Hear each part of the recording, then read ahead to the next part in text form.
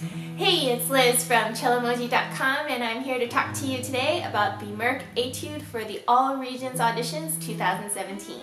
So let's get started. So the first tip that I have really deals a lot with the bowing that is going on in this etude. Unlike the Popper etude where a lot of the notes are just all separate bows, the Merk etude really has these long slurs going on with many notes underneath them. So one of the additions of this Merk etude actually has these long passages starting on up bow bowings. I know that the etude that is listed on the website doesn't actually have a specific bowing to start the etude, so I would recommend you start on an up bow for several of these passages, and you'll find that saving your bow for these will be a whole lot easier. The second tip that I have for you is hopefully you are doing some scale and arpeggio practice for this etude.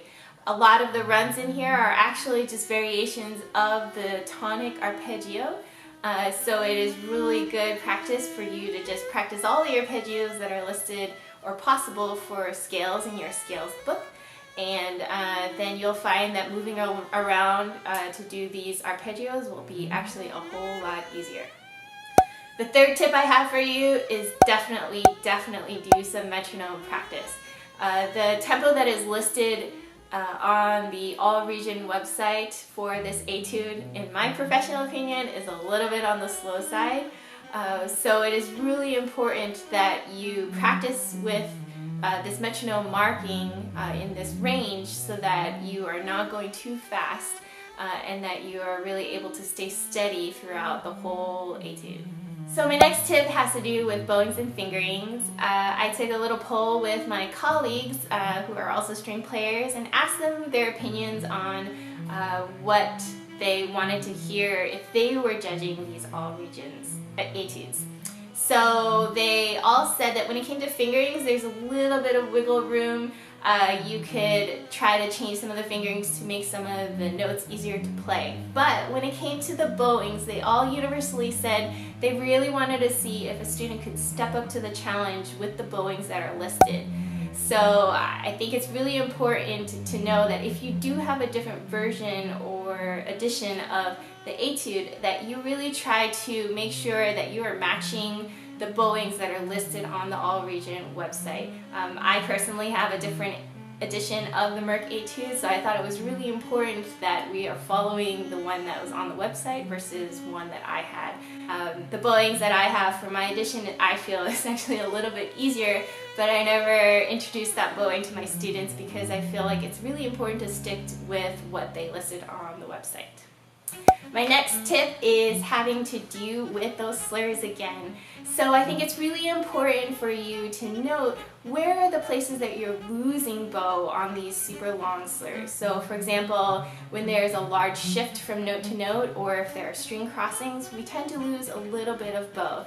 So it's really good to practice just that little area while bowing to see how little you can use. And that really is just sort of a practice thing to get used to the feeling of not using as much bow. So that way, when you put it back into context within this long slur, that you'll not run out of bow, and then you'll have an easier time of just planning out how much bow you need for each passage. Finally, a little extra bonus tip.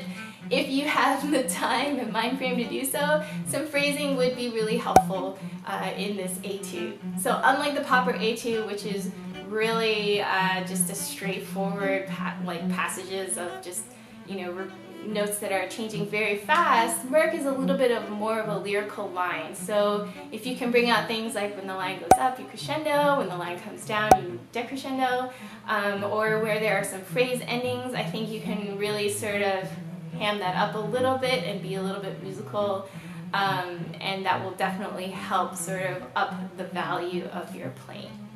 As always, I hope you found these tips helpful. If you haven't checked out my Popper etude tip video, I'll link it in the description below, and be sure to check that out. Good luck on this audition. I think everyone should feel really proud about putting in the effort and time to learn these etudes because they are not easy, and there's a reason why they're picked to sort of display what a cello player can do in these auditions. If you have any other questions or comments, leave them in the comment box below and I'll be sure to get back to you. As always, if you enjoyed this video, subscribe below, hit the subscribe button, and you'll be updated when the next Cellomoji tips and videos comes out. Thanks again for watching. Bye.